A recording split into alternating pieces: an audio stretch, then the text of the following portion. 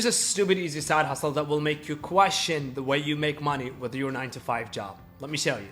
It is called affiliate marketing. Before you say it's a scam, it's MLM, pyramid scheme, just hear me out. As you can see, Amazon has an affiliate program. Walmart as well has an affiliate program. And Target as well has an affiliate program. Now, why would all of these big brands and companies have affiliate programs if affiliate marketing is not legit? Now, let me show you how easy it is to make money with affiliate marketing.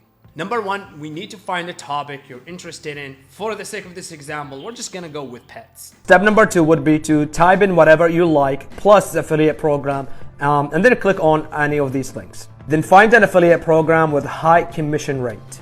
I'm gonna choose this one here, which pays $60 per sale. Now sign up for their affiliate program and get your affiliate link. Now go to social media, make content about the product you chose to promote. Add an affiliate link in your bio. Every time when somebody clicks and buys through that link, you get paid. You don't have to be at the office. You don't have to be physically working. And that's why you're gonna question your 9 to 5 job. Wanna learn how I used affiliate marketing to quit my job in just 8 months?